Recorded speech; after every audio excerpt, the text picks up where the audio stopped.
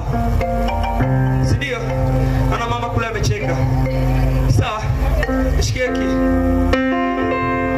Mwambie Farao nimeokoka, sitarudi tena Misri, naenda Kibete.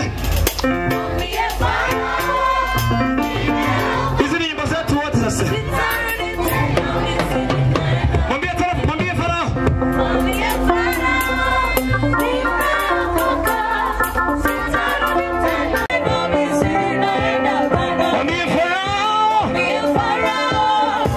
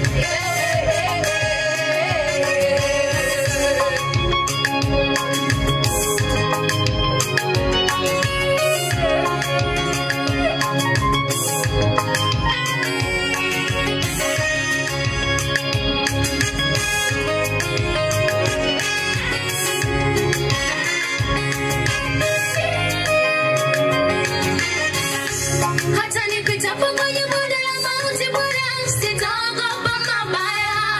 Gongo lako na fimbo yako Bwana, hakika vyanifariji. Gongo lako na fimbo yako Baba, hakika vyanifariji. Sitagalikishwa, sitaaibishwa, sitaangamia, sitateketea. Yesu uko na mimi, Baba uko na mimi, hakika nitakuwa salama kwako maana Yesu uko na mimi. Baba uko na mimi, uko na mimi Bwana. Baraka zako zitakuwa dunia ya mfalme, utoniacha Bwana, nishatamani zako ya mimi Bwana. Baraka zako zitakuwa dunia iko na utoniacha Bwana, nishatamani.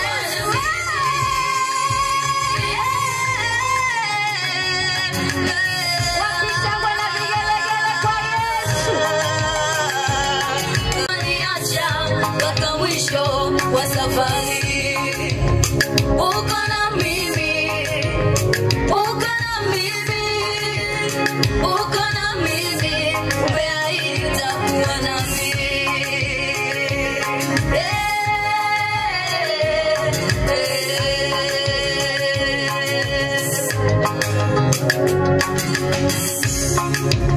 Uko na mimi, uko na mimi, uko na mimi, umeahidi uko na mimi. Uko na mimi, uko na mimi, uko na mimi, umeahidi uko na mimi.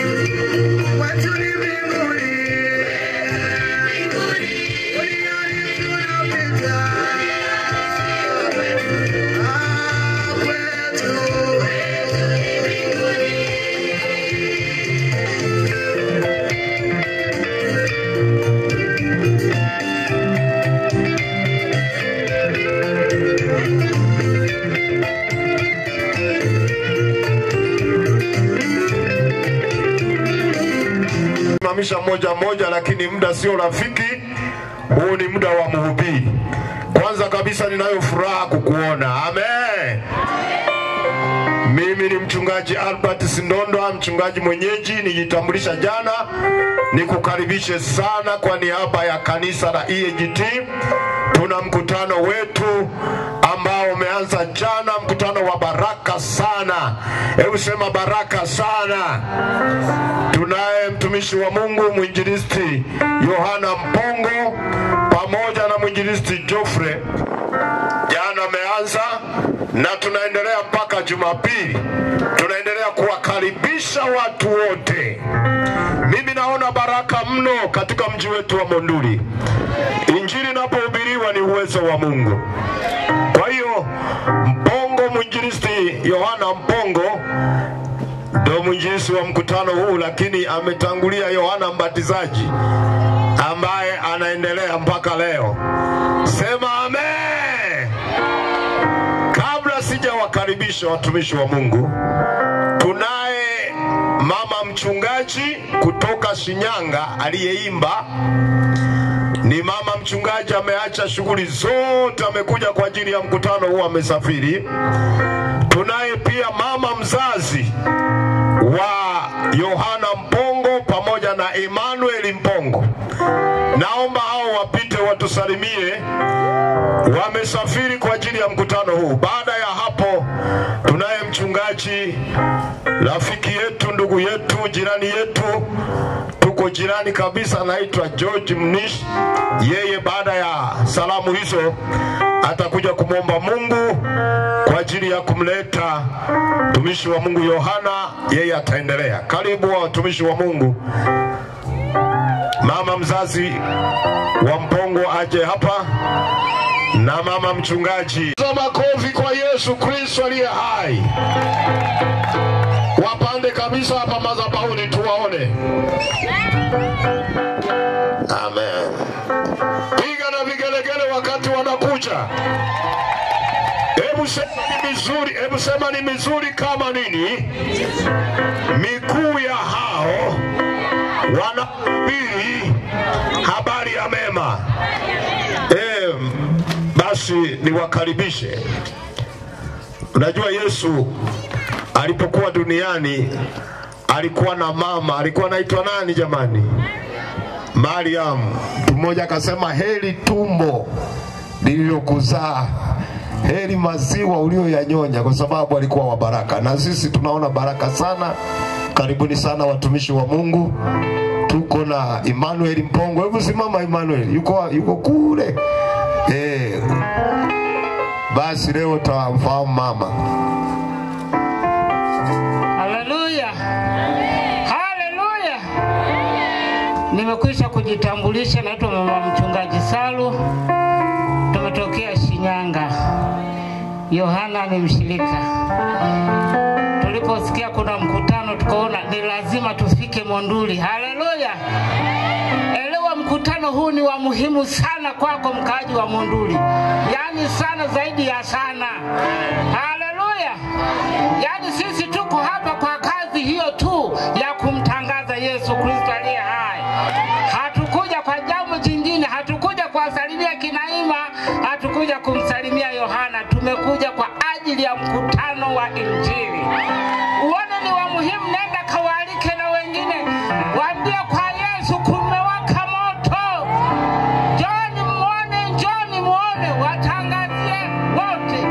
Nilitoka nikaenda na kagua nikasema leo tungeuwasha moto tungezunguka mpaka huko. Nikaona huko sasa hapapitiki vizuri, nikaona ngoja tu tuishie hapa. Ndugu, usikose kwenye mkutano huu. Barikiwe sana. Bwana Yesu asifiwe. Amen. Haleluya. Haleluya. Mnayo amani? Bwana Yesu asifiwe. Basi mimi namshukuru Mungu ni mwema. Tulisafiri jana tukafika usiku. Mungu ni mwema katufikisha salama. Kama nilivyokwisha kutambulishwa, mimi ni mama wa mwinjilisti Yohana Mpongo na Emmanuel. Bwana Yesu asifiwe.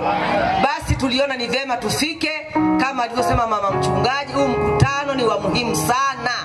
Ni kumtangaza Bwana Yesu. Bwana Yesu apewe sifa sana. Tumekuja kuwasha moto mahali hapa. Haleluya. Haleluya. Basi Mungu awabariki sana. Tumefurahi kushiriki pamoja nanyi. Tunamtukuza Mungu aliye mbinguni. Amen. Barikiwa mchungaji kutukaribisha. Tuwe sana. Tumefurahi sana kuona. Karibu sana mtumishi wa Mungu. Atakuwa naimba kila siku. Yupo hapa. Hebu sasa tusimame. Mtumishi wa Mungu anakuja kwa ajili ya kuomba baraka kwa ajili ya yanayoendelea mbele yetu, neno la Mungu. Mwalimu wangu wa Biblia alisema wakati wa neno ni wakati wa utulivu. Usiongee na mwenzako, sikiliza Mungu anasema nini kwa ajili yako. Tusimame. Asante kwa kusimama, tuombe. Baba yetu na Mungu wetu uliye mkuu sana, tunakuinua, tunakutukuza kwa sababu ya neema na kibali ulichotupa cha kuwa katika viwanja hivi kwa ajili ya kuleta neno lako. Sio maneno ya siasa, sio maneno ya mwanadamu, lakini Bwana ni neno lako lenye uzima, neno lako lenye afya, neno lako linaloleta uponyaji. Asante kwa sababu injili ni uweza wako unaojitegemea. Hautegemei dhehebu, hautegemei nguvu ya mtu yoyote. Nawe Bwana unakwenda kujidhihirisha kama ulivyokusudia. Asante kwa sababu tayari umekwisha kuona wale ambao wana vilio ndani ya mioyo yao, wale ambao wamelemewa, na umejiweka tayari kwa ajili ya kuwasaidia wote watakao kukimbilia jioni ya leo kwa sababu ya mateso na dhiki na adha ambazo wamekuwa nazo kwa muda mrefu. Asante kwa chombo ambacho umekiandaa. Asante kwa mafuta mabichi ambayo umemiminia. Asante kwa neno lako la pekee na la ajabu ambalo Bwana litavuka mipaka yote na kuwafikia wote waliokusudiwa. Asante kwa uweza wa neno lako ambalo Bwana litakaponenwa jioni ya leo litapindua maisha ya watu hawa, litaleta mabadiliko, litaachilia uweza wa ajabu. Nami Bwana wa rehema ninamweka mtumishi wako uliyemwandaa mikononi mwako. Baba, asante kwa sababu Roho Mtakatifu tayari umejiweka tayari. Mungu Baba, asante kwa uwepo wako. Yesu Kristo, asante kwa uweza wa kufufuka kwako ambao Roho Mtakatifu ataudhihirisha jioni ya leo. Yesu Kristo, Bwana, sifa, utukufu na heshima zitakurudia wewe, katika jina la Yesu Kristo, Mwana wa Mungu aliye hai. Amen. Asante mchungaji na rafiki yangu. Mungu akubariki sana. Karibu sana mchungaji. Hebu tumshangilie Bwana wakati watumishi wa Mungu wanapanda sasa. Amebarikiwa yeye ajaye kwa jina la Bwana. Hebu simama kwa miguu yako. Shangilie Bwana. Hata Yesu wakati anaingia Yerusalemu alishangiliwa. Haleluya. Hapa tunamshangilia Bwana. Ongeza vigelegele kwa Yesu. Amina. Karibu sana mtumishi wa Mungu, uendelee. Furaha sana siku ya leo kuwepo mbele yako mtu wa muhimu kama wewe kufika katika mkutano huu. Na leo nimefurahi zaidi. Mama yangu mzazi aliniweka tumboni miezi isiyopungua 9. Bwana Yesu asifiwe sana. Huyu ndio alinizaa. Sijajizaa wala sijatokea duniani, ila nimezaliwa na huyu mama ndiye aliyenizaa. Bwana Yesu asifiwe sana. Bwana Yesu asifiwe. Kwa hiyo ninamshukuru Mungu kwa ajili yake, pamoja na mama yangu, mama mchungaji kutoka Shinyanga. Hawa ndio wanajua huduma tangu nikiwa mdogo, wanaweza wakakuelezea wao nilianzaje. Nilianza kushika makopo na upili mtaani, nazunguka kifua wazi. Atatoa ushuhuda siku moja kabla hajaondoka. Ananielewa vizuri yeye, maana ndiye alikuwa ananiangalia tangu nikiwa mtoto mdogo sana. Bwana Yesu asifiwe sana. Kwa hiyo na mimi ninampa Mungu tukufu. Wakati nikiwa mdogo na ubiri kwa chupa, sikuwaza kama siku moja nitahubiri mkutano mkubwa kama huu ambao unahubiriwa hapa Monduli. Bwana Yesu asifiwe. Bwana Yesu asifiwe. Kwa hiyo ninampa sana Mungu tukufu sana. Huyu mama amechangia pakubwa sana huduma yangu sana. Yuko laze alale, lakini ananiambia niende kwenye mkesha. Yani usipofunga anakuambia mbona leo hujafunga? Yani alikuwa makini. Yani ukiona hivi nimelelewa. Bwana Yesu asifiwe sana. Yani huyu mama ana asilimia za kutosha sana. Na mimi ninamshukuru Mungu kwa ajili yake. Bwana Yesu asifiwe sana. Amen. Basi ni muda wa mhubiri. Nikianza kumuongelea huyu mama sitamaliza, lakini tu sasa tukalisikia neno la Mungu. Bwana Yesu asifiwe sana. Bwana Yesu asifiwe. Lakini pia nikutangazie tangazo moja. Siku ya Ijumaa tutakuwa na mkesha mkubwa sana mahali hapa. Mshangilie Bwana Yesu kwa makofi. Tutakuwa na mkesha utakaoanza saa 3 kamili. Saa 3 kamili usiku. Ujitahidi sana kufika kwenye mkesha. Walete wagonjwa na wenye shida mbalimbali. Huo mkesha hakuna kitakachosalia, wala hakuna atakayerudi akiwa bado ana shida yoyote inayomsumbua, katika jina la Yesu aliye hai. Basi pia ninamshukuru Mungu, kuna wageni, kuna mgeni mtumishi wa Mungu ametokea Iringa pia. amemaliza chuo miaka kama 3-4 iliyopita, na amefika pia kwenye mkutano huu. Bwana Yesu asifiwe. Bwana Yesu asifiwe. Yuko wapi? Kama yupo naomba nimuone. Naomba afike atabudu kwa ufupi. Baada ya hapo mtumishi wa Mungu ataendelea. Shangilie Bwana Yesu kwa makofi mengi. Ongeza makofi kabisa kabisa kabisa. Endelea kuongeza makofi kwa ajili ya Bwana.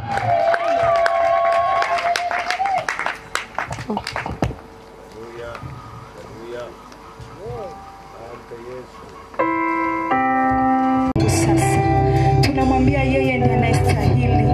Hayupo mwingine kama yeye. Oh Yesu. Tunalinua jina lako majira haya. Uinuliwe wewe tu mwaminifu. Asante Yesu.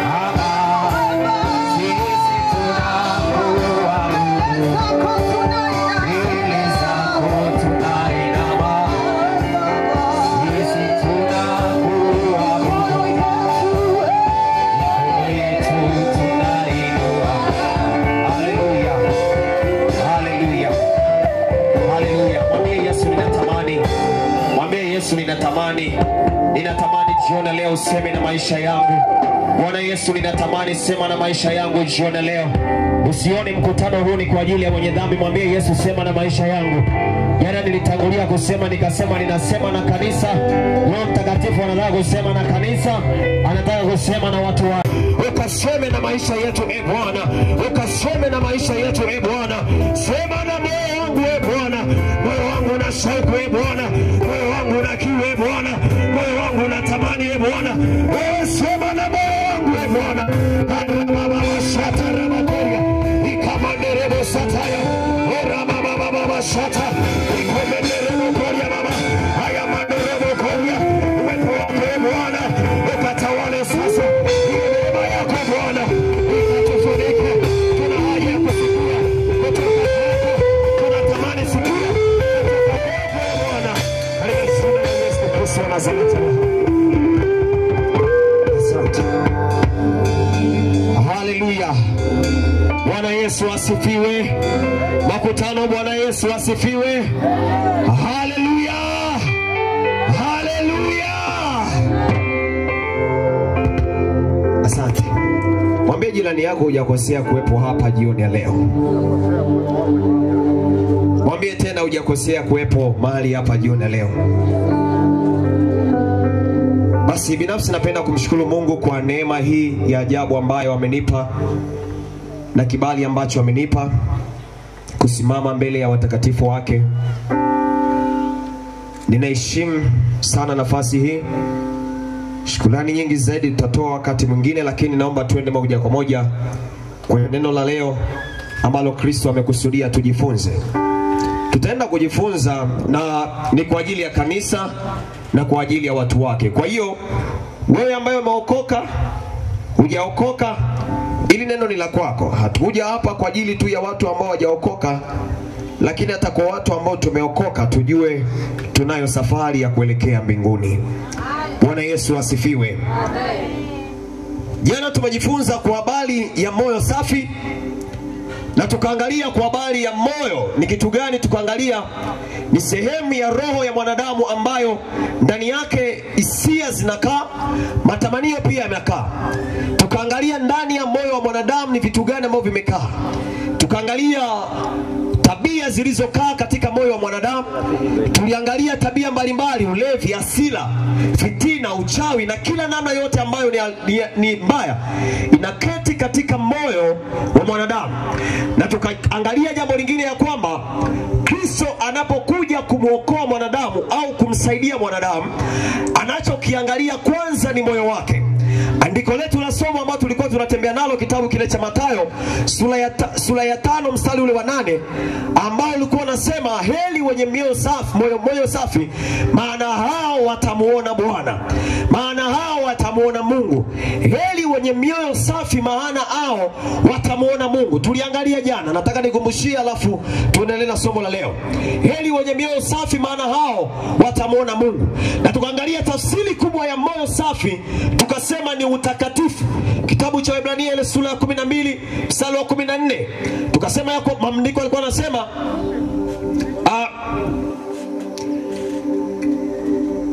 hebu tusome hapo, naona Waebrania sura ile ya 12. Tafuteni kwa bidii kuwa na amani na watu wote na huo utakatifu ambao hapana mtu atakayemuona Bwana asipokuwa nao. Kama ilivyokuwa kwa moyo msafi mtu atamuona Bwana. Na katika kitabu cha Waebrania anasema pasipo utakatifu haiwezekani kumuona Mungu. Kwa hiyo jana tunaona ya kwamba moyo safi na utakatifu ni kitu kimoja.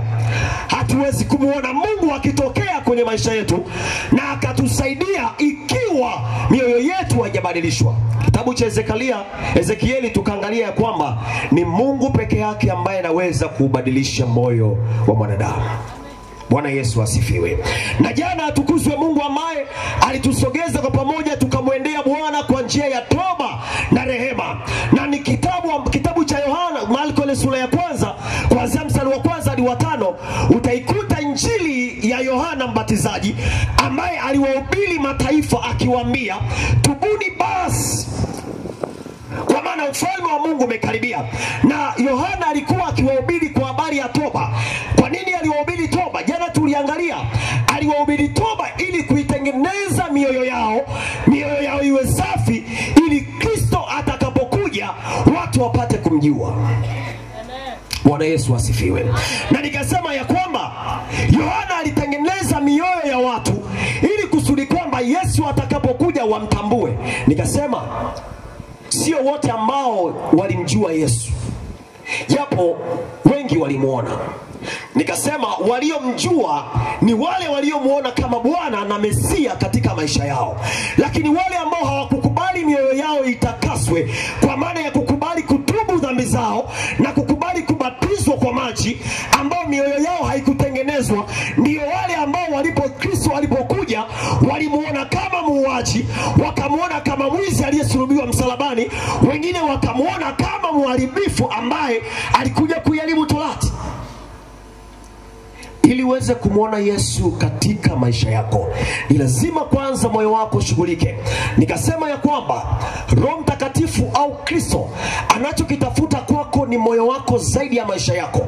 Anachokitafuta ni roho yako kwanza. Yesu asifiwe.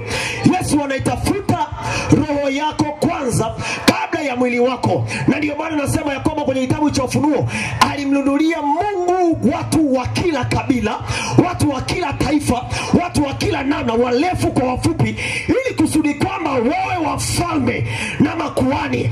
Haikusema kwa habari ya weupe wala weusi, haikusema kwa habari ya wafupi ama marefu. Yeyote aliyekubali kuachilia moyo wake kwa Bwana, Yesu alifungua mlango na kaingia. Lango ndiye Yesu Bwana, wote waingie kwake. Lango, lango, lango, lango la mbingu ili wazi. Lango ndiye Yesu Bwana, wote waingie kwake. Lango, lango, lango, lango la mbingu ili. Haleluya. Ni lango moja tu ambaye ni Yesu Kristo peke yake, na leo liko wazi. Nakwambia leo liko wazi.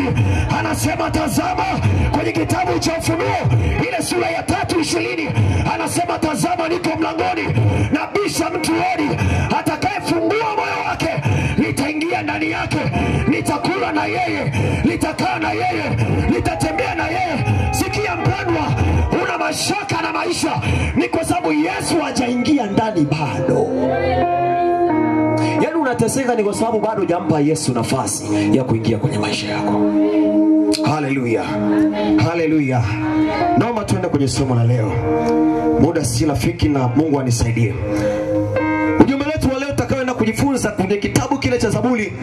Zaburi ile sura 113 mstari wa 7 na ule wa 8.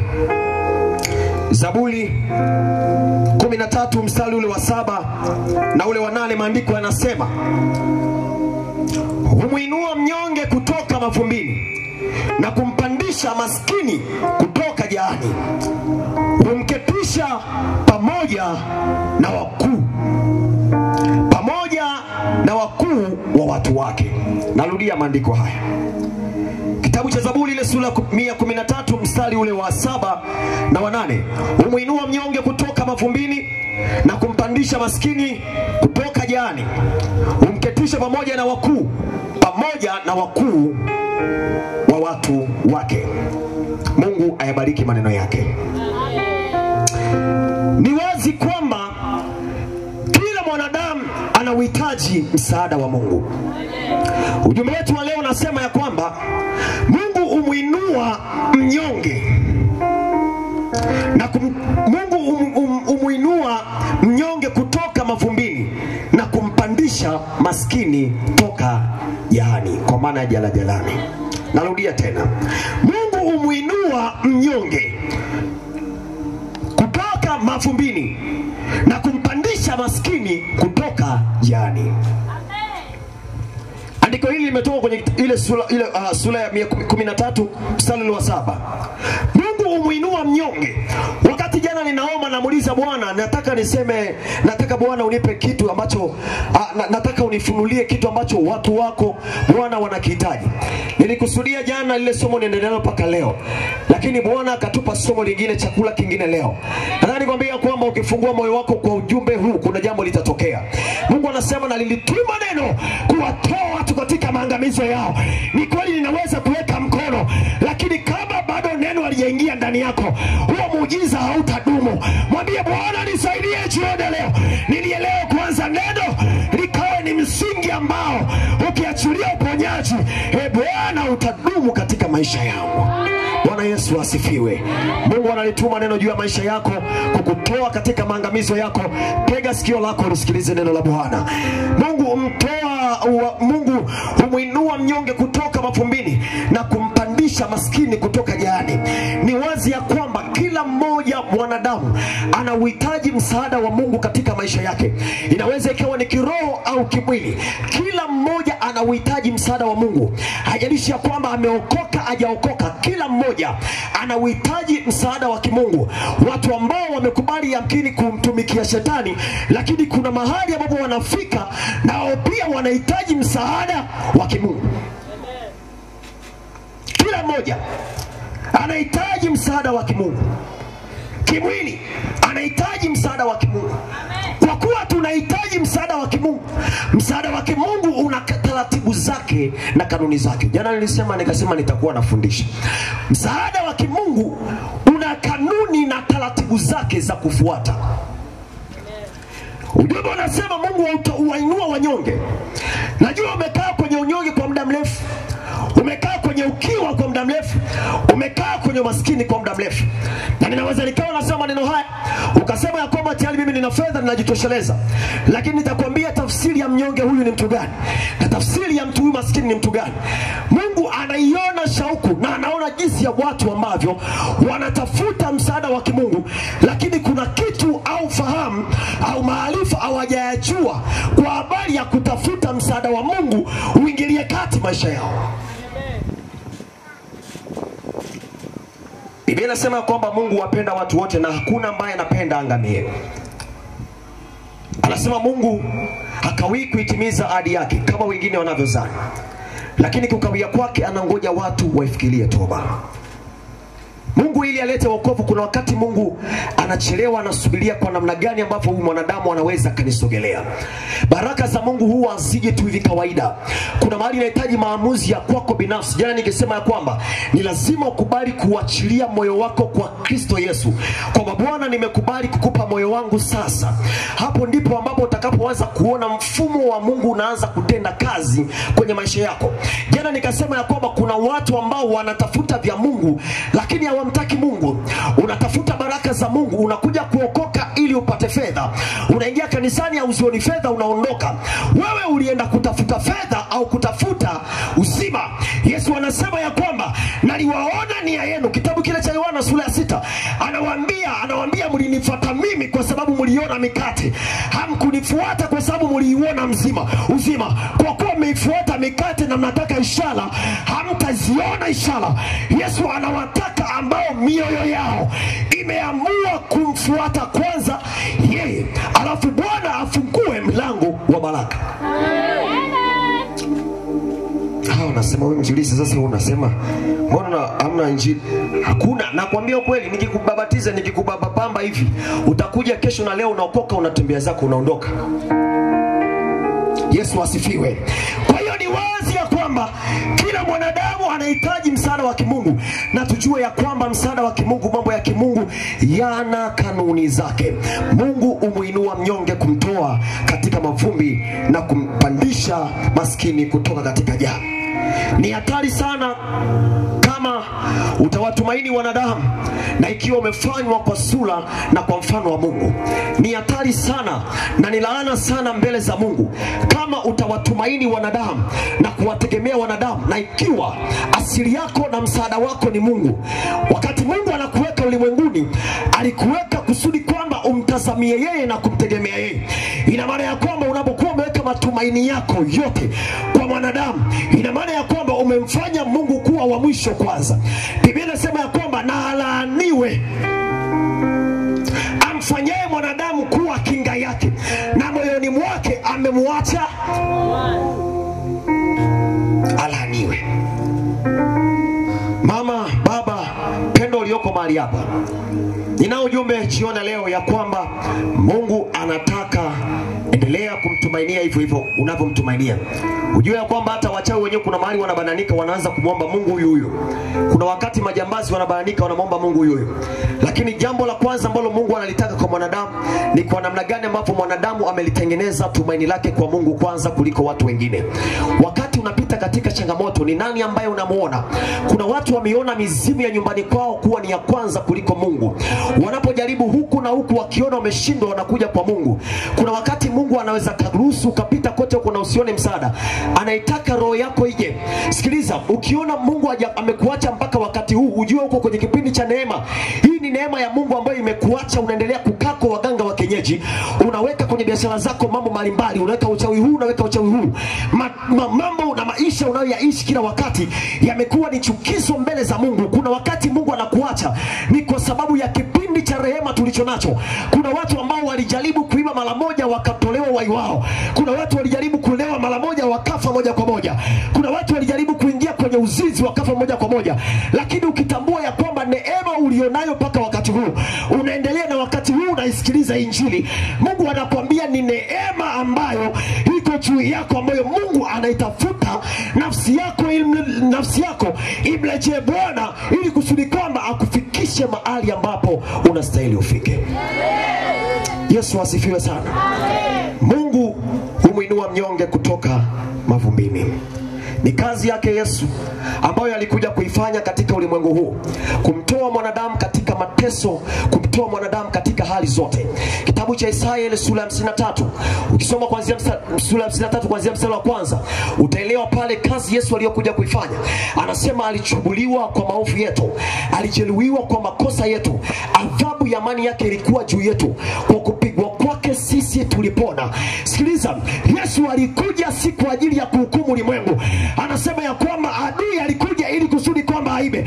Kwenye kitabu cha Yohana sura ya 10 mstari wa 10, anasema mwivi aji ili kusudi kwamba aibe na kuharibu, lakini mimi nilikuja ili kusudi kwamba uwe na uzima na kisha muwe nao tele. Kwa maana kwa kupigwa kwake Yesu sisi tulipona. Bwana Yesu asifiwe. Nasikia roho ananituliza kabisa hivi leo. Jamani, naomba niende hivi leo. Kwa kupigwa kwake Yesu sisi tulipona. Tulipona. Kwa kupigwa kwake Yesu sisi tulipona. Kwa nini unateseka? Fungua moyo wako, weka maisha yako kwa Yesu, kwa maana yeye kwa kupigwa kwake sisi tulipona.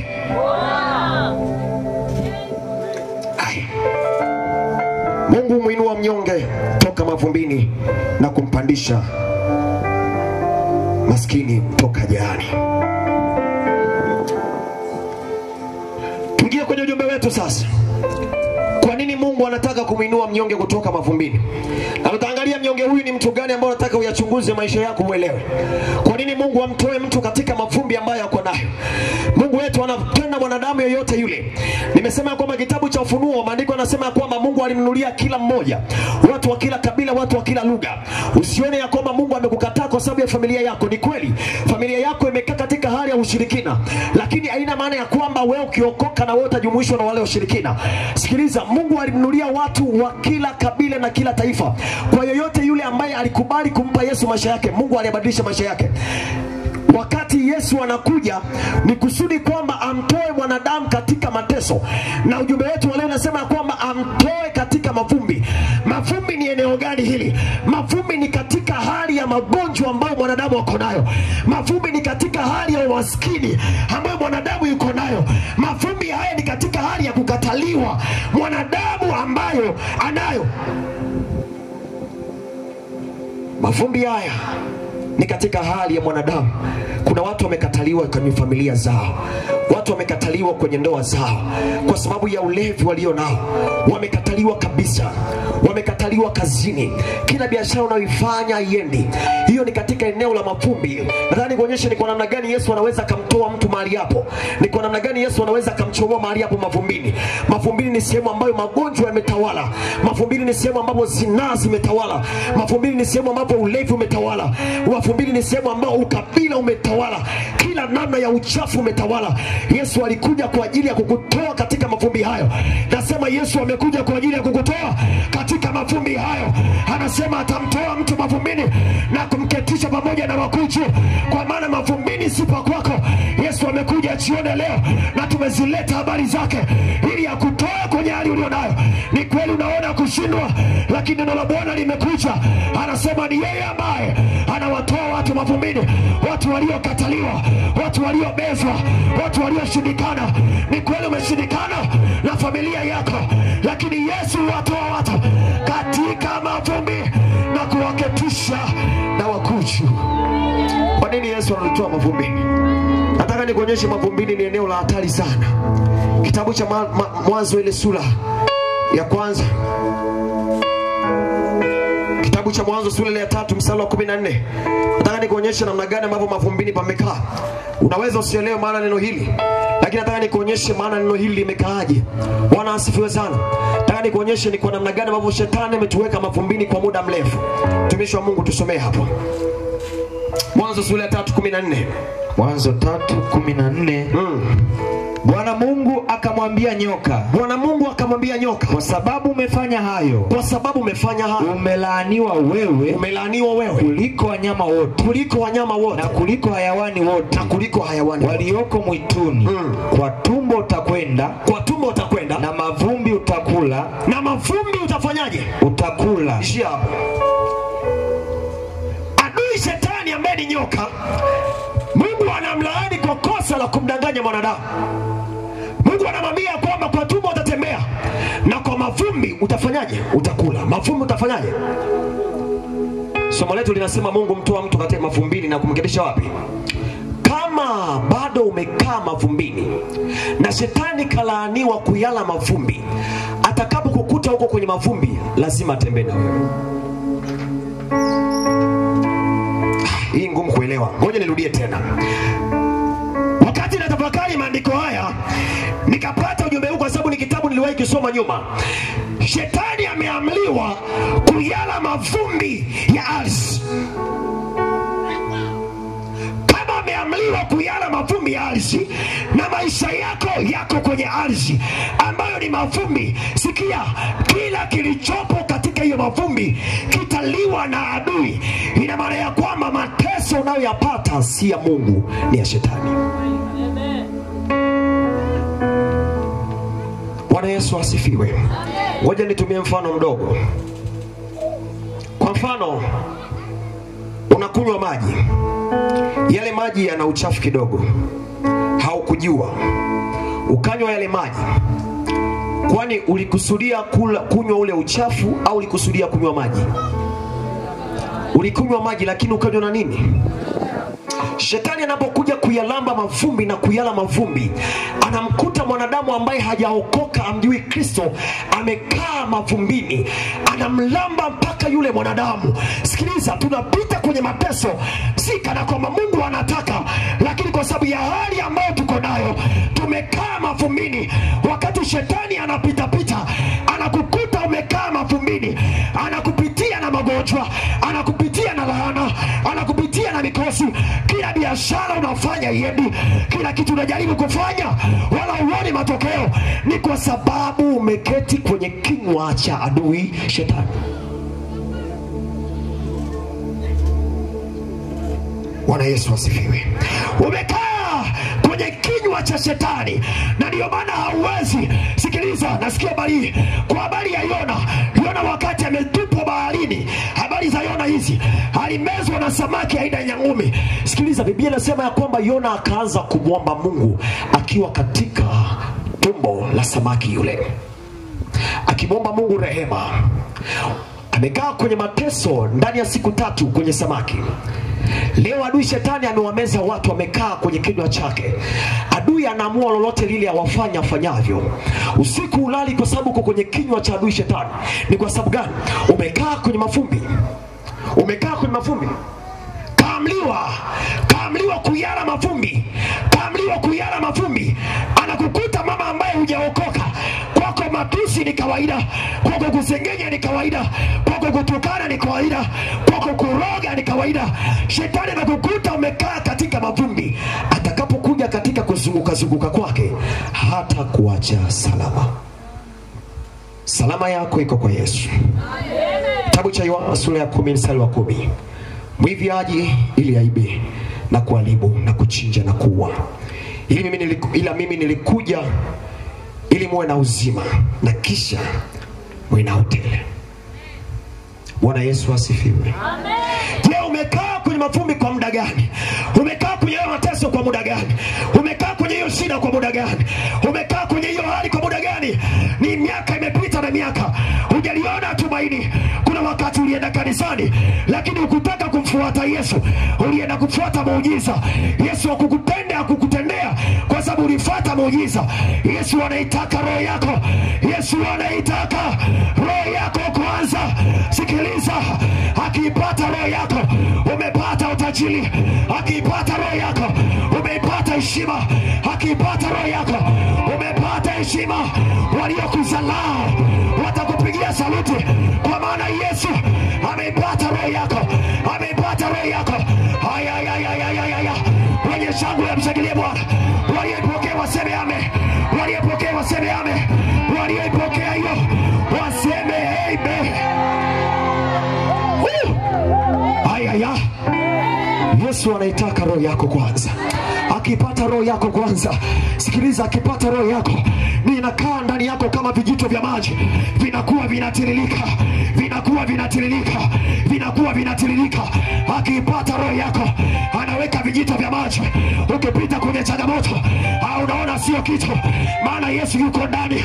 Nikikosa chakula wala sio kitu, Yesu yuko ndani. Wakinizalau sawa, Yesu yuko ndani. Wakinibeza sawa, Yesu yuko ndani. Yesu yuko ndani. Kwa maana nitakosa mambo ya ulimwengu, lakini mbingu nitaiona. Narudia kusema, maandiko yanasema, itakufaidia nini uyapate magari, upate ulimwengu mzima, wakupe nyumba kubwa, ukaukosa uzima milele?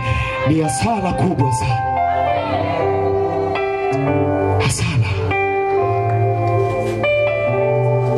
Hasara. Siku moja rafiki yangu mmoja, nilipata changamoto siku moja kwenye masomo yangu. Nasoma engineering ya umeme, uhandisi wa umeme. Nilipata changamoto kwenye masomo. Siogopi kusema kwa sababu Mungu amenitendea. Nilidisco kabisa, mtumishi wa Bwana na Yubili Injili. Nikadisco. Kaambia Bwana, nini sasa yakutana nayo? Kitu gani hiki? Ikanibidi niende mbele za Mungu kwa rehema, sikutaka kumnungunikia Mungu. Nikarudi mbele za Mungu kwa toba kubwa mno. Kaambia Bwana, hapana, kuna mahali nimezingua. Wala sio kawaida, kuna mahali nimevuruga. Bwana asifiwe sana. Kuna mahali nimevuruga. Nikaamua kurudi mbele za Mungu kwa unyenyekevu. Rafiki yangu mmoja akaniambia, na yote hiyo bado namtafuta Mungu na Mungu hajafanya, bado unaendelea kumtafuta Mungu? Kasema mpendwa, hajajua mimi kwa nini na mahusiano na Kristo. Anajua ninamtafuta Kristo kwa ajili ya masomo. Mimi simtafuti kwa ajili ya hicho.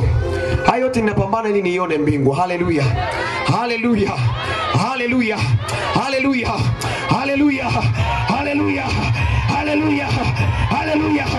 Ambao jioni leo wanaungana na mimi, wanaosema ya kwamba mtumishi wa Bwana, ninamtumikia Yesu ni kwa sababu ninaitaka mbingu. Leo nitaamua kuokoka ni kwa sababu ninaitaka mbingu. Kama ni magari sawa, akiyaleta sawa, asipoyaleta sawa, lakini nafsi yangu imuone Bwana, lakini nafsi yangu imuone Bwana, hiyo nafsi yangu imuone Bwana. Nafsi yangu imuone Bwana, nafsi yangu imuone Bwana. Atakapokuja nimuone, atakapokuja mawinguni nimuone. Watu wanasema ya kwamba walisema atakuja kesho, mbona aje? Wache waseme, mimi najua Yesu atatoka kwenye mavumbi achukua. Anataka kukute kwenye wakuu, anataka kukute kwenye wakuu, anataka kukute kwenye wakuu. Hao wakuu ni watakatifu wake. Anapowaangalia watakatifu, hakuone ni mtakatifu, hakuone ni mtakatifu. Asikukute mavumbini ambako waliamriwa shetani yeye atembee mavumbi. Leo ninakutangazia aliyesema ya kwamba atawatoa mavumbini na kuwaketisha juu. Daka hiyo kwa jina la Yesu. Pokea hiyo kwa jina la Yesu. Yesu akutoa kwenye mavumbi, hakuketisha na wakuu. Pokea mara 4. Pokea mara 4. Pokea kwa jina la Yesu. Yesu akuketishe na wakuu juu. Haya sema haya. Haya.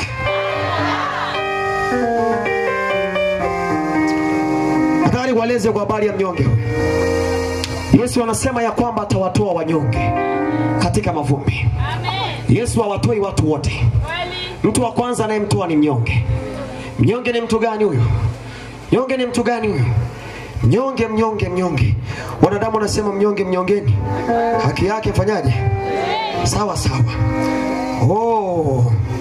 Watu waliokubali, watu wasioona msaada kwingine isipokuwa Mungu peke yake. Watu wasioona msaada kwingine isipokuwa Mungu peke yake. Mungu mtoa mnyonge katika mavumbi na kumketisha juu. Mnyonge ni mtu gani huyu? Ni mtu ambaye anauona msaada ni katika Mungu peke yake na wala sio kwa watu wengine.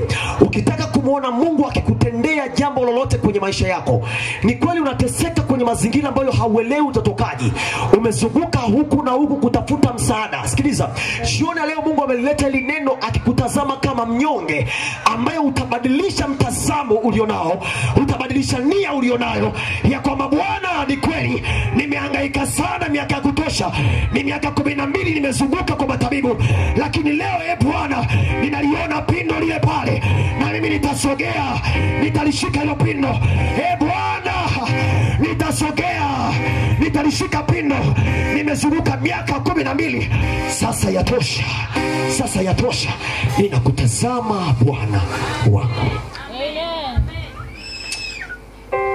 Mungu anatafuta wanyonge ili awatoe katika mavumbi, katika uharibifu huo, awaketishe na wakuu juu. Mnyonge ni mtu gani?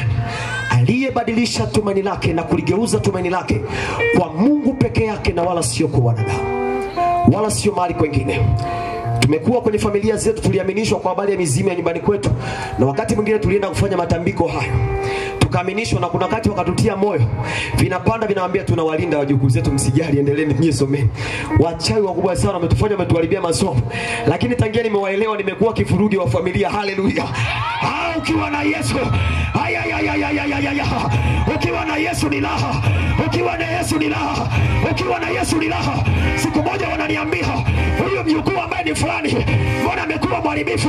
Nasema na bado ninaendelea. Ndio nimeianza hii safari, ndio nimeianza, lazima ziachilie. Leo ukimpa Yesu maisha, huo uchawi kwenye familia lazima uachilie, huo uganga lazima uachilie, huo maskini lazima uachilie. Wewe achilie maisha kwa Yesu. Yesu aipate roho, akiipata roho yanaondoka yenyewe, kwa maana ndani yako umejaa upako. Haiko pele mapato robo shatai, hii kamanda robo shatai, kaya mandara baba, ndani yako umejaa mafuta. Yaani kuna mahali unapita isiyo watu wanakuogopa. Sikiliza, kuna wakati fulani bibi mmoja nilikuwa namjua kabisa huyo bibi ni hatari, na tulikuwa namjua kabisa ni mchawi. Siku moja nimetoka kwenye maombi yangu ya siku 3, kafu nimetulia, nikamtazama, akaniambia wewe kijana, mbona unawaka hivyo? Na wakati nimetoka kwenye maombi na sura yangu imekonda vibaya. Unaniambia na nasema tayari kuna moto hapa. Bwana Yesu asifiwe sana. Juzi hapo nimetoka Tanga. Nimeenda Tanga usiku nikaanza kukichokoza kitu cha kule. Wakasema ngoja tuukaribishe kijana. Ule usiku wakanijia. Uzuri Mungu akanipa neema. Ukija na kuona kwanza unavyokuja, ukiingia ndani tunapambana. Yaani unateseka ni kwa sababu Yesu hayuko ndani. Ukiwa na Yesu ndani wanakuja. Wakija unaona wasema njoeni tu. Njoeni tu. Njoeni kwenye uwanja wangu. Kwa maana Yesu amesema alitununulia kwa damu ya thamani, akatufanya kuwa makuhani na wafalme. Wewe ni mfalme. Ukiokoka wewe ni mfalme. Unaviamrisha vitu tu. Wewe kaa pale. Wewe kaa pale. Wewe njoo hapa. Wewe njoo hapa. Hauna hiyo mamlaka. Ni kwa sababu Yesu hayuko. Wajaribu kuambia, wajaribu leo kuambia shawi, we mende, we kunguni, we kiroboto, afu uone. Una Yesu. Watukane mende wachawi, kiroboto wachawi. Uje ulale usiku. Tamka sana unataka kumwambia mchungaji, watumishi, watumishi, watumishi. Tunayo furaha ni kwa sababu Yesu yuko ndani. Ameipata roho yetu kwanza. Sikiliza, mimi sina V8 hapa, sina gari, lakini naliona lile pale. Sikiliza, ninaliona lile pale. Yaani hii si bahatishi. Naliona gari lile pale. Nimeokoka mwaka 2012, natoka kwenye dini ya Kiislamu. Mimi nimeokoka. Nimetoka kwenye dini ya Kiislamu 2012. Naambiwa kuna magari, sijalipata ile gari, lakini naamini gari lipo. Sikiliza, jambo la kwanza nilimpa Yesu moyo. Yesu akaniambia, kijana, kwa kuwa umenipa moyo, nitakutendea yote. Nilisema ya kwamba jana, ukimpata Yesu ni kama sumako, inayafuta yote. Ikiwa ni elimu inakuja, kuna vitu hautaomba, kuna vitu hautalia, vitakuja vyenyewe.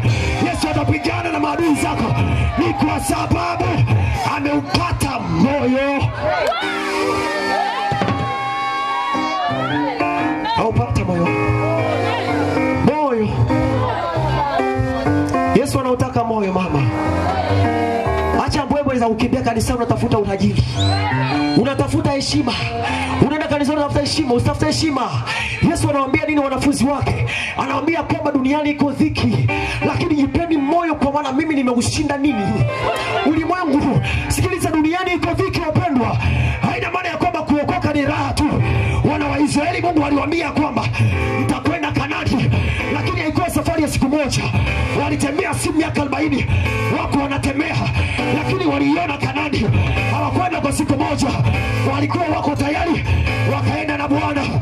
Huko jangwani Yesu aliwalisha mana. Huko jangwani Yesu aliwalisha mana. Walikula kwale.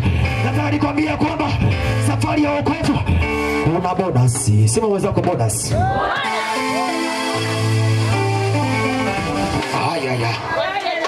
Bwana Yesu asifiwe.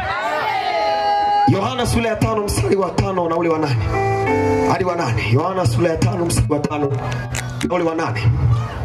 Yesu anawainua walio wanyonge, watu waliolifanya tumaini lao kwa Mungu kwanza.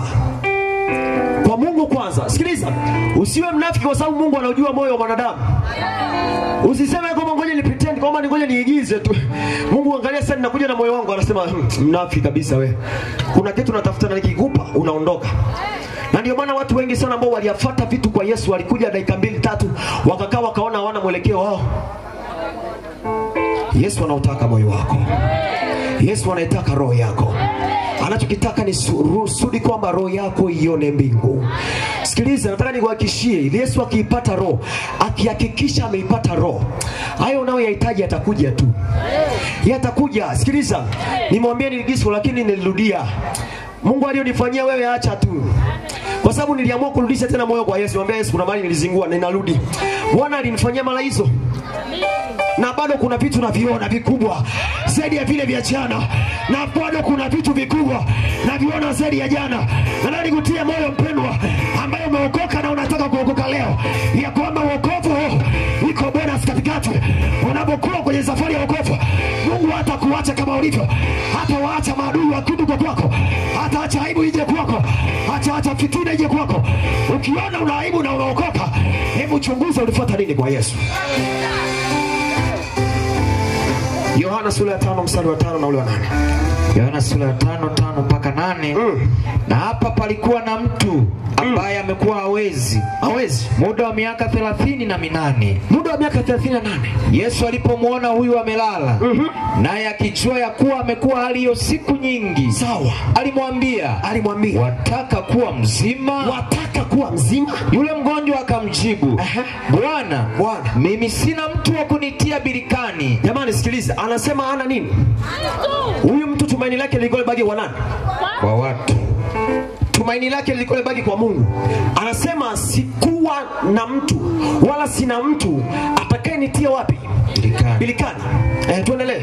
Maji yanapotibuliwa, ila wakati ninapokuja mimi, mtu mwingine ushuka mbele yangu. Sawa. Yesu akamwambia, simama, jitwike godoro lako, uende. Mara yule mtu akawa mzima, akajitwika godoro lake, akaenda. Mara yule mtu akawa mzima, akajitwika godoro lake, akaenda. Sikiliza, huyu mtu wakati Yesu anamuuliza ya kwamba wataka fanyie nini, na anamjibu, anaambia Yesu, mimi sina mtu mwingine atakayeweza kunitia birikani. Kuna watu wengi hapa Bwana, kuna wengine wanao watu wa kuwapeleka kwenye birika, kuna wengine ambao wana juhudi ya kwenda kwenye birika, kwa maana ya kisima ambacho kinatibuliwa na malaika. Ni kisima ambacho kilikuwa kina uponyaji. Malaika akija akiyatibua yale maji, mtu wa kwanza aliyekuwa anaingia, muujiza ulikuwa unatokea kwake. Lakini kiwete huyu hawezi kuingia mwenyewe kwa sababu hana mtu wa kumsaidia kuingia pale. Hawezi kutembea kuingia kwenye kisima. Anapojaribu kuingia, wengine wanamtangulia. Lakini Yesu anamtokea, anamjibu Yesu, anamwambia, Bwana, sina mtu mwingine. Yesu anamtafuta mnyonge mmoja aliyopo jioni leo, ambaye anasema ya kwamba, Bwana, sina mtu mwingine. Nilitazamia wa ndugu zangu, lakini ndugu zangu hawakunisaidia. Nilitazamia mume wangu, lakini mume wangu hakunisaidia. Nilitazamia kanisa langu linisaidie, lisimame wakati wa taabu niliyokuwa nayo, lakini kanisa halikunisaidia. Nilitazamia familia yangu inaweza kusimama kwenye ndoa yangu, lakini familia yangu haikunisaidia. Nilitazamia rafiki zangu wa karibu walioniingiza kwenye hii kazi wanaweza wakanisaidia na kunitia moyo, lakini na wao pia wamenitenga. Nilitazamia kwamba watanisaidia hawa ndugu walionisomesha, ya kwamba watanifikisha mpaka mwisho, lakini Bwana wameniacha. Lakini leo Bwana, tumaini langu haliko tena kwao. Tumaini langu Bwana nimeliweka kwako peke yako. Ni kweli nimeishi katika maisha ya uchafu kwa miaka mingi, lakini leo tumaini langu Bwana nimeligeuza kwako. Hao ndio watu Mungu anaowatafuta awatoe katika mavumbi na kuwaketisha na wakujua.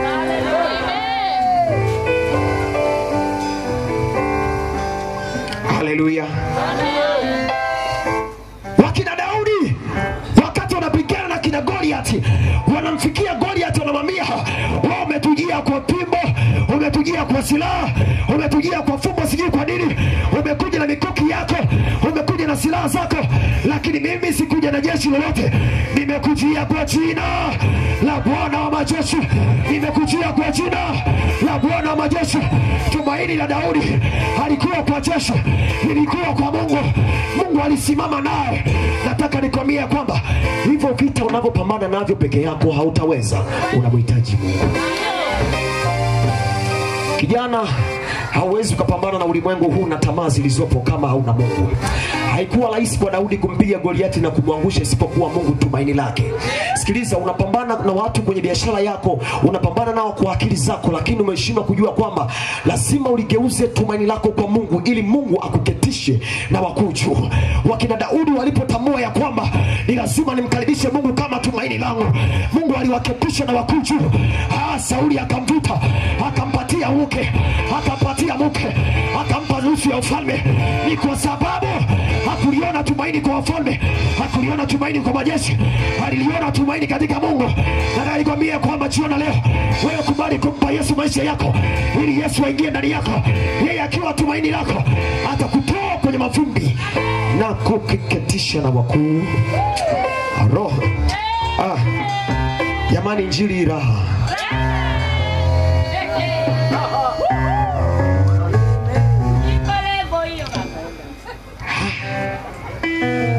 Yesu anasema ya kwamba na watoa watu katika mavumbi na kuwaketisha juu na kuwatoa maskini katika majia yao. Yaani kuonyesha maskini. Ngoja nimalizie hapa ya maskini. Maskini watu gani hawa? Hapa naongea na kanisa. Maskini watu gani? Kitabu cha Mathayo sura ya 5 mstari wa 3. Maandiko yanasema nini? Heri maskini wa roho, maana hao watafanyaje? Sio kwa mtumishi wa Bwana. Watu wa Mungu wamekataa kusoma. Biblia inasema heri walio maskini wa roho. Heri walio maskini wa roho, maana ufalme wa mbinguni ni wao. Heri walio maskini wa roho, maana ufalme wa mbinguni wao. Sikiliza walokole. Umaskini wa roho sio kuwa mjinga tu. Yaani sio kwamba ndo atuelewi vitu vya rohoni. Nitakwambia maana yake nini wakati Roho Mtakatifu ananifundisha leo mchana. Maskini wa kawaida ni mtu ambaye ana uhitaji, ambaye hajatoshelewa na kitu ambacho wako nacho, ambacho anacho. Huyo ni maskini. Kwamba hawa ni maskini. Ni mtu ambaye kile alichonacho akifanyaje? Akimtoshelezi. Ana kiu na kitu kingine. Ana kiu ya kupata vitu vingine. Huyo ni maskini. Tajiri anakuwa ameridhika na kile ambacho wako nacho, kile ambacho wanacho, karizika tajiri. Lakini maskini wa roho sasa, maskini wa roho ambaye nataka nimzungumzie hapa, nimalizie hapa, ambao hao Biblia inasema ya kwamba nini? Maskini wa roho kwa sababu wataona ufalme wa nani? Wa mbingu. Ngoja nikuonyeshe kitu hapa. Kitu Roho Mtakatifu ananifundisha hapa. Hao maskini wa roho ambao Mungu anawazungumzia ni watu ambao ndani ya mioyo yao hawajatosheleka kiu yao katika Mungu. Hawajatosheleka kumtafuta Mungu. Heri walio maskini wa roho. Maana nini? Ufalme wa mbingu ni nani? Ni wao. Ni watu ambao bado ndani yao hawajatosheleka, hawajaridhika na viwango vyao vya kiroho. Sikiliza, usilizike mpendwa. Umeokoka jana umelizika, unaimba kwa ya leo umelizika. Sikiliza, una magari mawili umelizika. Hapana. Mungu anatafuta watu ambao hawajalizika bado na viwango vyao vya kiroho. Bado ndani yao wana shauku ya kutaka kumjua Mungu zaidi. Heri walio maskini wa roho, maana ufalme wa mbinguni ni wao. Asante sana. Maana ufalme wa Mungu ni wao. Ufalme wa mbinguni ni wao. Umelizika shida, na ndio maana wokovu wako umekuwa ni wa kawaida. Una katoto kamoja hako, umeona kingine akaja unasema Mungu asante kanatosha. Sikiliza wewe, usilizike, mwambie Bwana bado naendelea kukutafuta. Mungu naendelea kukutafuta. Una mtaji wa nyanya umelizika, usilizike mpendwa. Mwambie Bwana bado kuna viwango natamani. Bado kuna level za kiroho ninazitamani. Bado Mungu ninatamani kumjua. Katika kitabu cha Ayubu anasema ya kwamba mjue sana Mungu ili uwe na amani. Ndipo mema yatakapokujilia. Kumjua Mungu hakuna kikomo. Kumjua Mungu hakuna kikomo. Nimeokoka leo nitaendelea kumtafuta Mungu. Usikilize wewe uliokoka na uko kanisani. Heri maskini wa roho, kwa maana hao ufalme wa Mungu ni wao. Na nikwambie wewe ambaye umelizika, una magari mawili, umelizika una nyumba yako, umelizika una kila kitu. Sikiliza, Mungu anaitaka roho yako. Anatafuta utayari wako. Anataka moyo wako. Uendelee kumtafuta. Ulimtafuta ulipata kazi, ulimtafuta ulipata nyumba. Kwa nini umelizika? Anakuambia jioni leo ya kwamba anawataka wale walio maskini wa roho, ambao hawajatosheka ndani ya mioyo yao, hawajatosheka ndani, wanaendelea kumtafuta Mungu. Asubuhi wanaomba, mchana wanaomba, wana magari matatu, wana kazi nzuri, lakini mioyo yao haijatulia. Inamtafuta Bwana usiku na mchana. Yesu anasema hao ufalme wa mbinguni ni wao. Umelizika, umepata GPA kubwa, umelizika, unaona maisha. Umelizika, unapiga vyombo mpendwa, umelizika. Heri maskini wa roho, maana hao ufalme wa mbinguni ni wao. Joshua umekaa kamera hapo unasema umelizika. Silizike kaka. Mtafute Mungu. Na mahali Mungu anakupeleka lazima utulie. Usimtafute Mungu kwa sababu kuna vitu unavihitaji. Mwambie Bwana, nina njaa ya wewe. Maskini ni mtu ambaye hajatosheleka. Bwana, ninaomba lisali moja lakini sijalizika bado. Niongeze lingine, niongeze mengine Bwana. Ninaomba dakika 5, niongeze nyingine Bwana. Ninaomba lisali moja. Bwana niongeze. Nilimwambia Bwana inatosha. Kuomba lisali moja inatosha. Nataka kwenda nyingine tena. Nataka kwenda nyingine tena. Shauku yangu na njaa yangu, uhitaji wangu ambacho hivyo Bwana ambavyo wanazidi kufanya. Heri walio maskini wa roho, maana hao ufalme mbinguni. Na kuhurumia sana wewe ambaye umelizika na maisha. Tumalizie kitabu cha Marko sura ya 5 mstari wa 1. Namalizia hapo. Wapendwa, mimi nikiwa naandaga ujumbe ni semina. Mungu anisaidie. Twende. Marko sura ya 5 mstari wa 1. Namalizia hapo mpendwa. Namalizia kitabu hicho. Wakafika ng'ambo ya bahari mpaka nchi ya Wagerasi. Ndio. Alipokwisha kushuka chomboni, ndio, mara alikutana na mtu ambaye ametoka makaburini.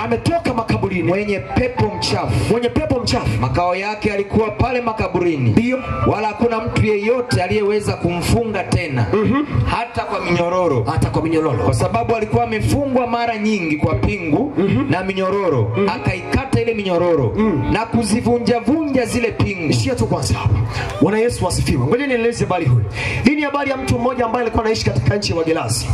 Alikuwa anateswa na majini, mapepo yako ndani ya mwili wake. Biblia inasema ya kwamba mtu huyu alikuwa akikaa makaburini usiku na mchana. Alikuwa akijikatakata kwa mawe. Alikuwa anapata mateso, hakuna mtu yoyote ambaye alikuwa anaweza kumsaidia. Ni tafsiri ya kwamba mtu huyu alikuwa amekaa katika mavumbi ya adui shetani. Shetani alikuwa anamfanya chochote kile ambacho alikuwa anataka shetani.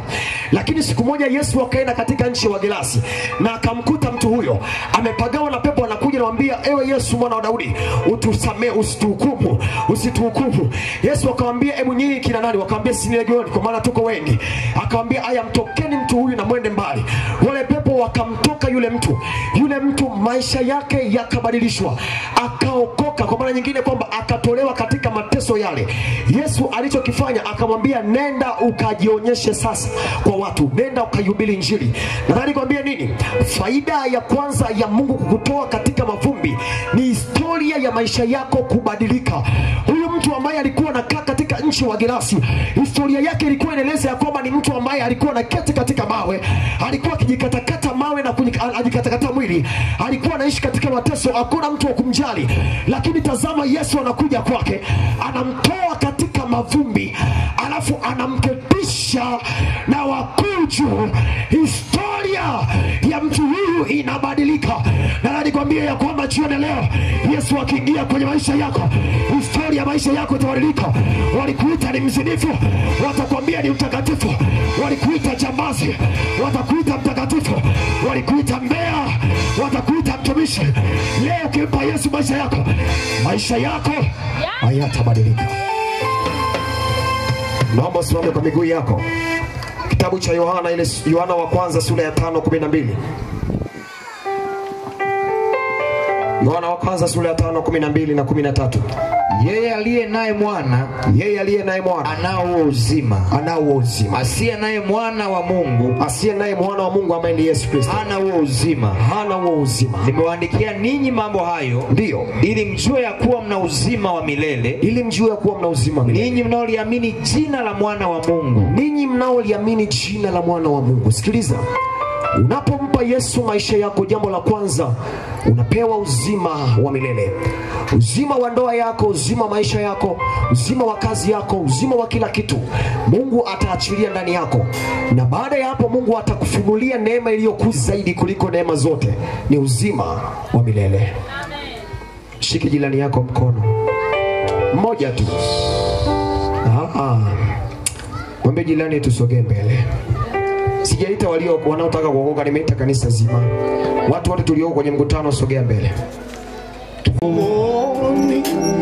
Na mwenyewe Kristo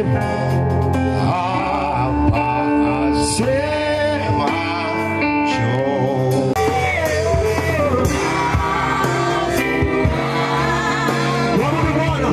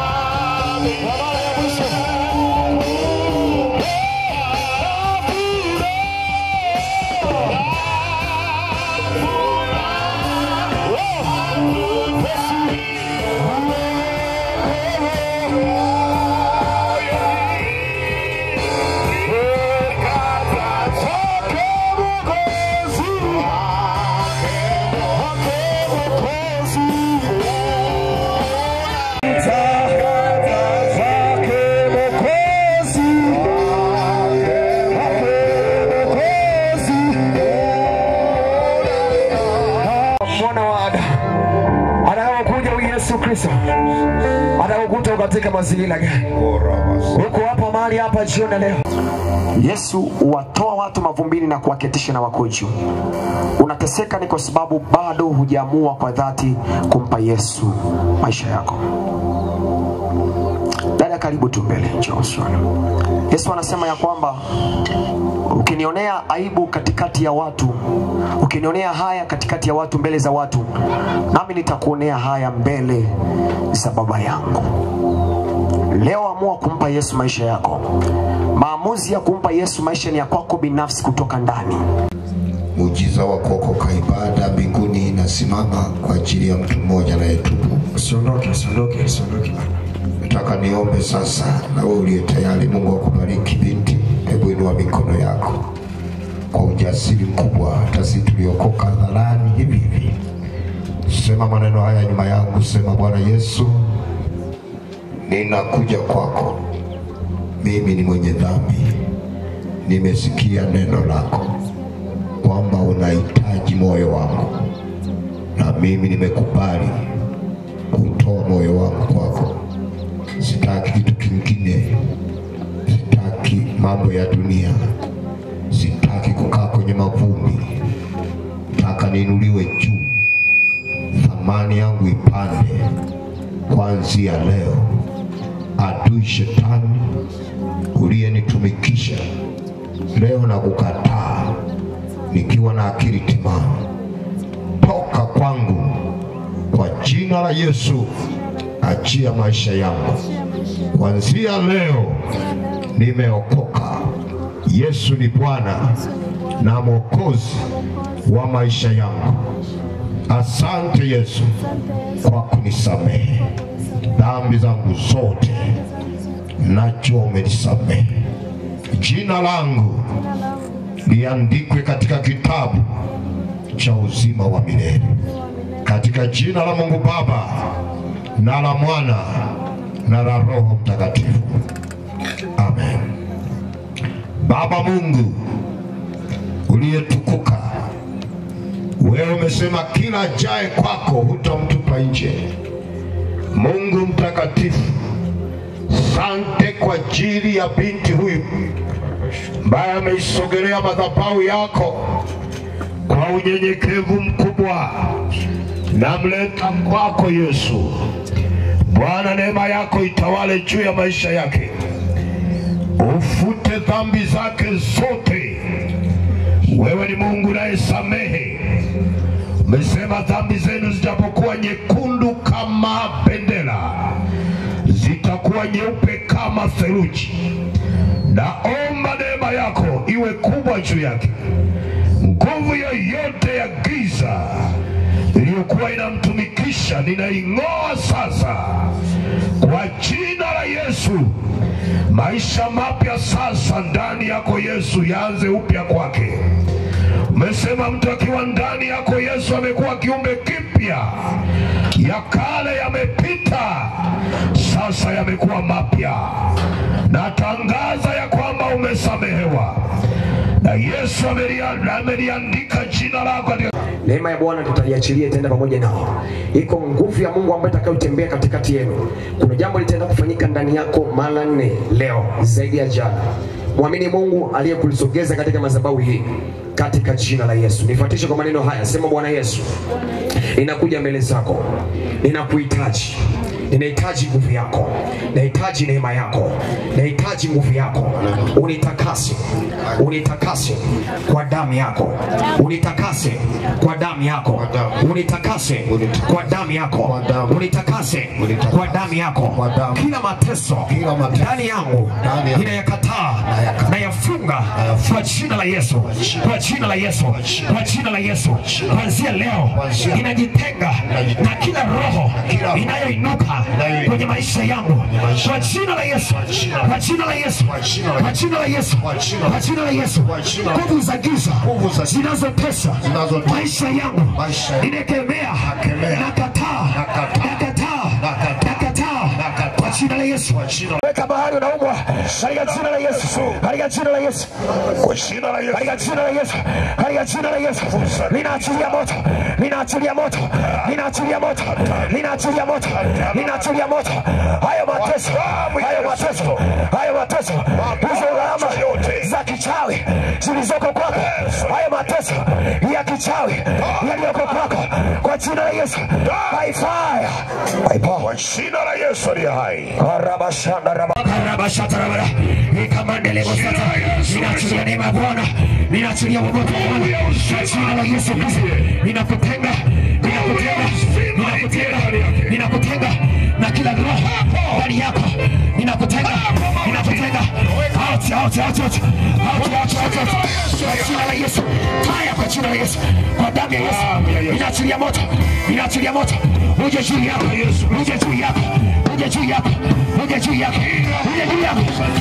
yako. Out kwa jina la Yesu. Out kwa jina la Yesu. Out kwa jina la Yesu. Out kwa jina la Yesu. Fire kwa jina la Yesu. Fire kwa jina la Yesu. Kila roho.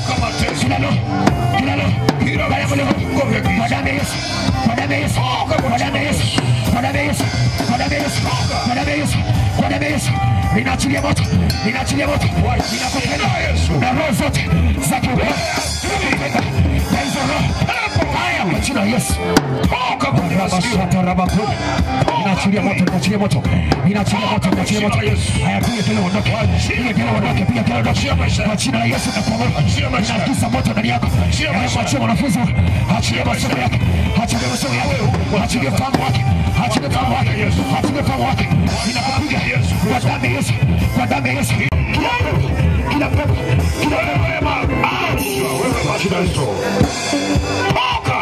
Hiyo roho iliyokaa ndani ya mwili wako. Kwa jina la Yesu. Ninaagiza moto wa mtakatifu.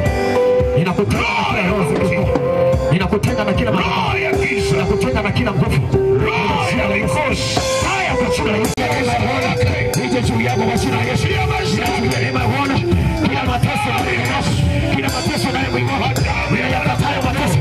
Nayafunga mateso. Bwana akutendee.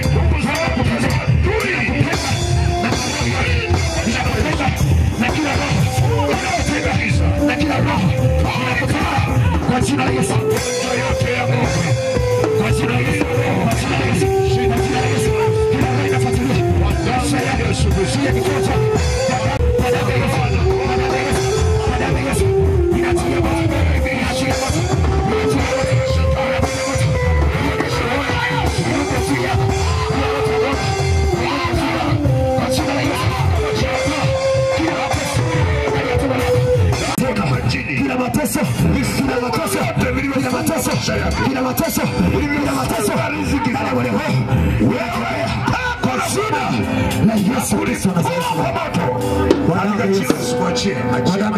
Achia majema Bwana iwe juu yako. Awe huru kwanza. Moto wa Bwana uwe juu yako.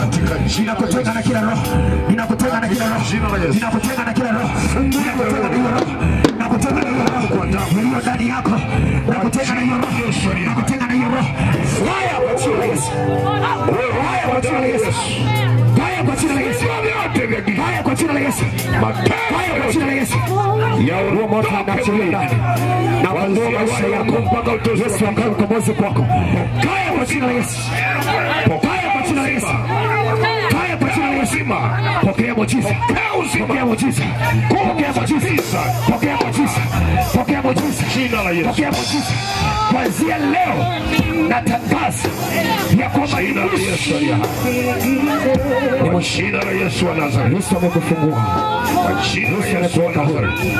Pokea uzima. Yesu afanye maradufu juu ya maisha yako. Yesu akutokeza. Hiyo neema ya Bwana iwe juu yako. Maisha yako yakawe raha. Katika jina la Yesu. Katika jina la Yesu. Katika jina la Yesu. Ninaagiza moto ya Mungu ndani ya mtu huyo. Katika jina la Yesu. Tunapanda ndani ya mwili huu. Katika jina la Yesu. Ninafunga kila roho. Katika roho zilizofuata maisha yako. Zilizokamata maisha yako. Zinazokamata maisha yake. hizo ndoto zilizoko ndani yake katika ulimwengu wa roho, katika jina la Yesu ninaagiza moto, ninaagiza moto, ninaagiza moto, ninakutoa kwenye kila laana, ninakutoa kwenye kila laana, ninakutoa kwenye kila laana, ninakutoa kwenye kila laana. Fire kwa jina la Yesu, fire kwa jina la Yesu, fire kwa jina la Yesu. Naagiza moto, naagiza moto uje juu yako. Damu ya Yesu Kristo. Mkono kifuani. Weka mikono kifuani. Hiyo neema ya Bwana iwe juu yako. Inakutenga na kila mateso ya adui shetani. Nakutenga na kila mateso ya adui shetani juu ya maisha yako. Neema ya Bwana iwe juu yako. Wewe ni Mungu, moto roho yake juu yako. Ndoto chafu ambazo zinaliwa maisha yako. Nakutenga na hiyo roho. Unapambana nayo katika ulimwengu wa roho. Nakutenga na hiyo roho, nakutenga. Nakutenga na hiyo roho, nakutenga. Nakutenga na hiyo roho, nakutenga. Hiyo roho unapambana nayo kwenye ndoto. Nakutenga nayo, nakutenga nayo. Nakutenga nayo, nakutenga nayo. Nakutenga nayo, nakutenga nayo. Kwa jina la Yesu Kristo. Hiyo kama ni kifua chako. Nakutenga, nakutenga. Nakutenga, nakutenga. Nakutenga, nakutenga. Nakutenga, nakutenga. Naachilia moto ndani yako. Upite, upite. Upite, upite. Mungu anakuongoza familia yako.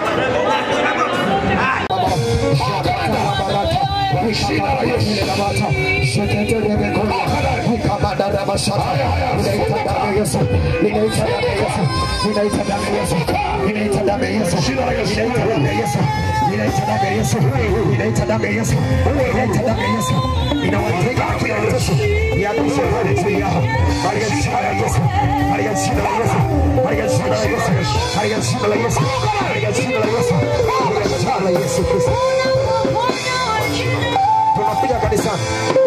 Ukiwa pale yako nasikia mwili wako bado, tunakuja kanisani. Tunakuja kanisani, tunakuja kanisani. Ukiwa ndani yako bado kuna kitu ambacho unatamani, tufanye maombi kwa